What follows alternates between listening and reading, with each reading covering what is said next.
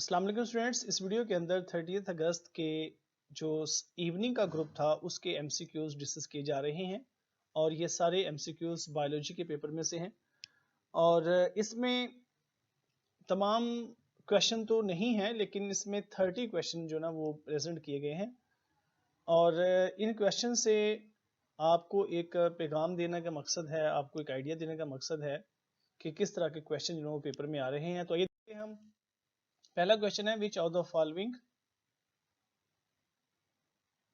Following gives smell to water. तो ये LG है, एक्चुअली ये यूट्रोफिकेशन से मतलब क्वेश्चन है। यूट्रोफिकेशन कि जब वाटर को पोल्यूट किया जाता है, जब एलजी की बहुत ज़्यादा ग्रोथ हो जाती है तो एलजी की वजह से वाटर में पोल्यूशन पैदा होती है, उसमें स्मेल पैदा होती है। क्वेश्चन नंबर 2 है which of the following is not present in bacterial cell. ये बैक्टीरियल सेल की बात की है तो बैक्टीरियल सेल के अंदर कोलेस्ट्रॉल नहीं होता, यानी कि आप कह सकते हैं कि बैक्टीरियल सेल की मेम्ब्रेन के अंदर स्टीरोल्स या कोलेस्ट्रॉल वगैरह नहीं होते। Question number 3 is malonic acid. Malonic acid actually propionic acid, तो ये दोनों एक ही नेम है, प्रोपियोनिक एसिड और malonic acid. Question number 4 which one carries deoxygenated blood. तो वेना केवा और पल्मोनरी आर्टरी दोनों के अंदर डीऑक्सीजनेटेड ब्लड होता है, तो इसका आंसर ए और बी होगा जी। Question number 5 what is the probability of haemophilic daughter of a normal man whose father was haemophilic and a carrier women. यानी कि इसका आप क्रॉस करवाएंगे कि एक नॉर्मल मेल का और कैरियर वुमेन का क्रॉस करवाएंगे, तो उसमें आपने देखना है कि हीमोफिलिक डॉटर के आने के चांसेस कितने हैं।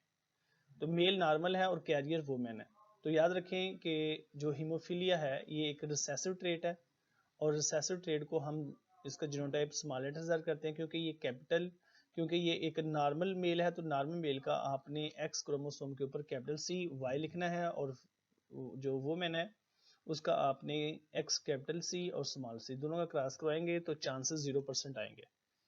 तो कैरियर फीमेल आ सकती है लेकिन कोई भी अफेक्टेड नहीं होगी, तो इसका आंसर होगा अल्फा। क्वेश्चन नंबर 6 है vagus nerve 10th cranial nerve होती है। Question number 7 the cardiac end of stomach is supplied by right gastroepiploic artery. Question number 8 a qualitative trait is controlled by one gene. क्योंकि qualitative trait जो होते हैं ये distinct होते हैं, इनकी इंटरमीडिएट फॉर्म नहीं होती, ये डिसकंटिन्यू वेरिंग होते हैं, लिहाजा ये एक सिंगल जीन से ही कंट्रोल होते हैं। तमाम मेंडेलियन ट्रेट्स इसी में फॉल करते हैं। ATP synthase is present in mitochondrial inner membrane. Question number 10 gametes are produced by meiosis. Mostly gametes जो ना वो मियोसिस से ही पैदा होते हैं। Question number 11 which of the following viral genome incorporated in the host genome. Virus अपना DNA ही होस्ट के जीनोम में इंट्रोड्यूस करता है। Question number 12 which is true about mumps. Mumps जो है ये पैसिव इम्यूनाइजेशन काज करती हैं, ये एक्टिव इम्यूनाइजेशन काज नहीं करती, इनसे पैसिव इम्यूनाइजेशन होती है। Question number 13 which disease is understood communicable worldwide? Hepatitis C, it is a worldwide disease, its vaccine is absent. HIV has high viability, HIV की जो survivability है वो बहुत ज़्यादा होती है। Nitrifying bacteria is an example of chemosynthetic bacteria.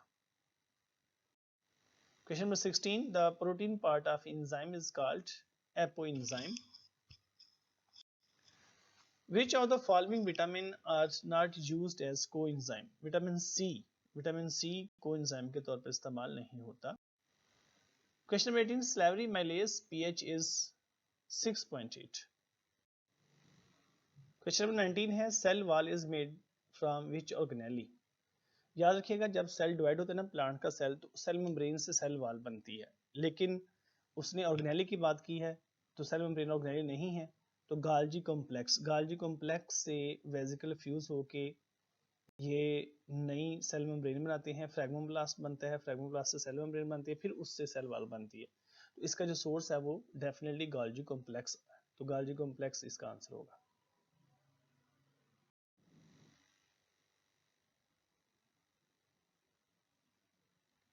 Enzyme have structure quaternary structure, enzyme का structure quaternary होता है। Question number 21, pox viruses are double stranded DNA viruses है, इनका जीनोम डबल स्ट्रैंडेड डीएनए होता है।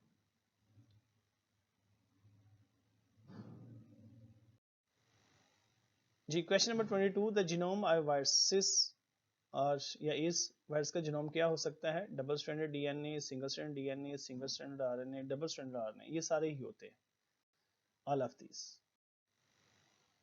Question number 23, cofactor can be classified into types, तो इसकी दो टाइप्स होती हैं कोफैक्टर की बुनियादी तौर पर, ऑर्गेनिक और इनऑर्गेनिक।